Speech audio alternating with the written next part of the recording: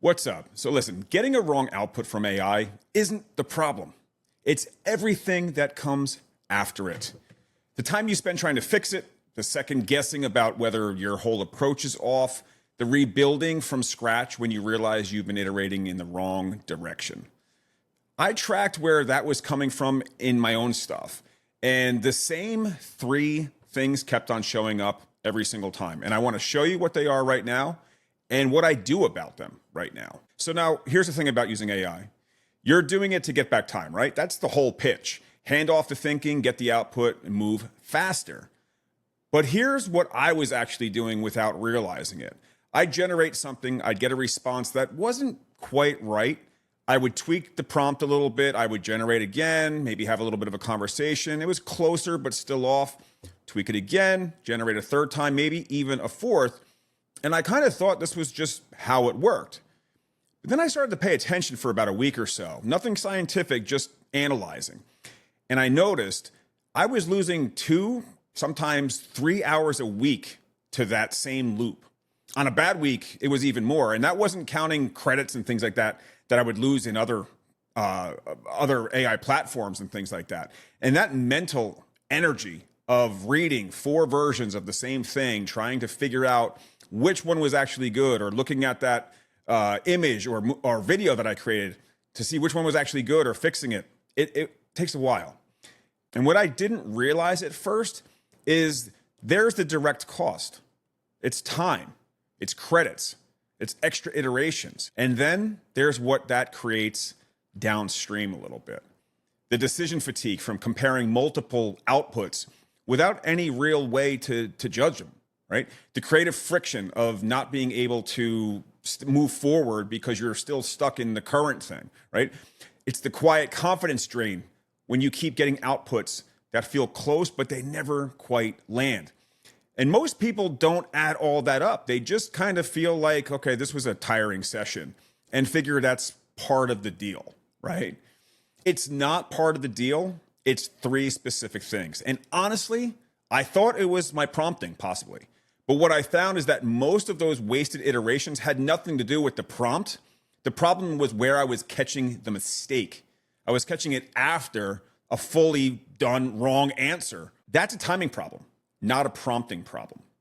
And once I saw that, the fix, the solution got a lot simpler. So I want to be clear about what these 3 things are before I walk through them. Because they're not like a system. You don't have to use all 3. You don't have to use them together. You don't have to set them up at the same time. They're like checkpoints. Each one lives at a different point in your workflow. Each one catches a different kind of problem before it compounds into wasted time, burned credits, and sessions that leave you more drained than when you started. I use one of them every session. Another one I pull out for anything that actually really matters. And the third one I added when I noticed a problem that had been building slowly without me connecting the dots. And I'm going to walk you through all 3. You'll know which one sounds like your problem, I'm sure. But here's what surprised me. 2 of the 3 have nothing to do with how you prompt. They're about what happens after you get the output. And nobody's really talking about that part. So let me start with the one that was costing me the most time. So this one I should have caught sooner. So here's how it would go typically. I'd have something important to work on, a script, a strategy, a brief about something that I actually cared about getting right. And I'd put together a solid prompt, solid set of instructions, and I'd hit go. And I'd get back something long and well written that was pointed in the wrong direction though. It wasn't obviously wrong, not this doesn't make any sense wrong. It was just off. It headed somewhere that I didn't really ask it to go. And instead of stopping there, I'd try to fix it through revisions by iterating it. I'd adjust the output, ask for changes, generate again, try to steer it back toward what I really kind of actually wanted. 20 minutes in, I'd realize I was still working with this kind of messed up, crooked foundation, right? But here's what's actually happening underneath all of that. So think about how you'd handle this with another person. You hand them a project. You don't just walk away hoping that they get it. You check, does this make sense? Do you understand? Can you explain it back to me? Or do you have any questions? With AI, we kind of skip that step completely. We hit generate and then we find out at the end. The cost isn't just that one wrong output. When you try to fix a misaligned response through revision, you anchor to the wrong direction. The next iteration builds on a broken foundation that's all screwed up. And the one after that drifts even further. And now you're not iterating toward what you want, you're iterating around an original mistake. And that's where an hour goes by. Not to the bad prompting, it's to catching the misalignment at the wrong end of the process. Does that make sense so far? So this is what I added. It's one line. It's for high stakes work only, creative projects, client work, anything that actually matters, not for just casual asks. And this is what I put at the end. Very simple. And you can put just something just like this. Before generating a full response, confirm you understand the core request by rephrasing it back in one sentence. If misunderstood, stop here. It takes 2 seconds to do. There's zero ongoing effort. Now, instead of getting 4 paragraphs going the wrong direction, I get 1 sentence back, right? I read it. If it's pointing the right way, I say go. But if it's off, well, then I can correct it in a couple seconds and we're on the same page before anything actually generated, right? That 1 sentence is the checkpoint. It costs almost nothing, no time, and it eliminates the entire iteration chain that starts from a brief. It takes literally 2 seconds to add, and it changed how every high stakes session starts. But the second problem is a little bit different. It's not about what direction, it's about whether what you're getting back is actually useful to you. Not generically useful, useful to you specifically. And this is the one that was quietly draining my confidence without me realizing the two things were actually connected. So I'll be honest, this one took me a little bit longer to notice because nothing was obviously wrong, right? I was getting outputs that were fine. They were well structured and technically they were correct, reasonable, but I wasn't using them. I'd ask for a summary, I'd read it. I feel like nothing in it actually really landed and was done the way I wanted. I'd ask for analysis. I'd get something that sounded smart, but didn't really tell me what to do with it. And I couldn't figure out what was actually wrong because again, the prompt instructions, they seemed fine. The output seemed fine, but something was just off. And this is what was actually happening. Without any definition of what useful means to me, the output defaults to what summaries generally look like based on everything the model has ever seen. Think of it like asking someone to write you a good email without telling them what good means in your context. They'll write a reasonable email, but it won't be yours, right? Competent, complete, generic. So every output was generic useful, good enough that I couldn't point to what was wrong, not specific enough that I could actually really do anything with it. And the confidence drain that builds from this is subtle, but it compounds. And after enough sessions where outputs feel close but never quite there, you start to wonder if it's the tool, if it's you, if everything is or anything is actually working for you. You generate more hoping one finally works, one finally sticks, and you can also burn through credits and time looking for the output that feels right without realizing you never really defined what right means. And underneath that is a cost that's easy to miss. Every hour you spend regenerating to find something useful is an hour that you're not actually creating anything. You're not writing, you're not building, you're not moving the work forward. That's the opportunity cost. And it stacks quietly week after week until you realize you're spending more time managing AI output than actually using it. So this is what I set up. This is how I did it. And you can use something very, very similar. It's one standing instruction. And it just says, when summarizing, use these 4 criteria. What's useful, what's surprising, what contradicts common knowledge, and what should I act on? Now, every summary I ask for is filtered through those 4 questions before it comes back. The outputs aren't longer. They're not more detailed. They're just more useful to me because I defined what useful means for my work specifically. And I paired that with a second line right below it, which says, when giving me advice or predictions, tag each claim as high confidence, moderate, or speculative, and explain why. Here's how to think about what this actually does. Think of it like asking a researcher to sort their notes into 3 piles before handing them to you. Confirmed, probable, best guess. That distinction is one it can make, and it's a distinction that changes how you use what comes back. So before this, a well-documented fact or data, as well as a reasonable inference, sounded identical. It was the same tone. It was the same confidence. Now they don't. So I was able to stop second guessing every output, trying to figure out which parts were actually solid. Again, 2 instructions. And that combination right there changed what I was getting back more than any prompt adjustment that I'd tried. But this third one, this is the sneaky one, because you will not feel this right away. And by the time that you notice, because it builds slowly, it's already been quietly working against you for all that time. Now, this one took me the longest to figure out because it really doesn't announce itself like, hey, I'm here. It's how it was showing up. So I'd ask for a revision, I'd get a better version back, and I'd move on. Simple, normal, fine. What I didn't realize was that I was just accepting edits without understanding why they were made. So the next draft I wrote would have the same problems, the same issues, the same kinds of revisions and iterations needed to be done again, because nothing from the last round really stuck. I just taken the output and moved on without understanding what it actually showed me. And that might seem minor right now, but over time, it's definitely not.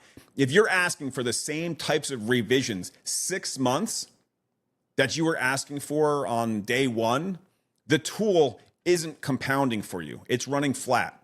And flat means equal effort indefinitely.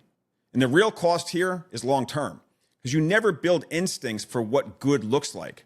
You can't get faster over time because you're not absorbing or understanding those patterns, right?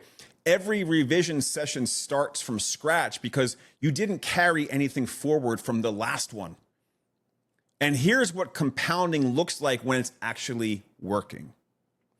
Every revision cycle teaches you something. You start writing better first drafts. You need fewer revision asks, fewer iterations. Sessions get a lot shorter while outputs get way better.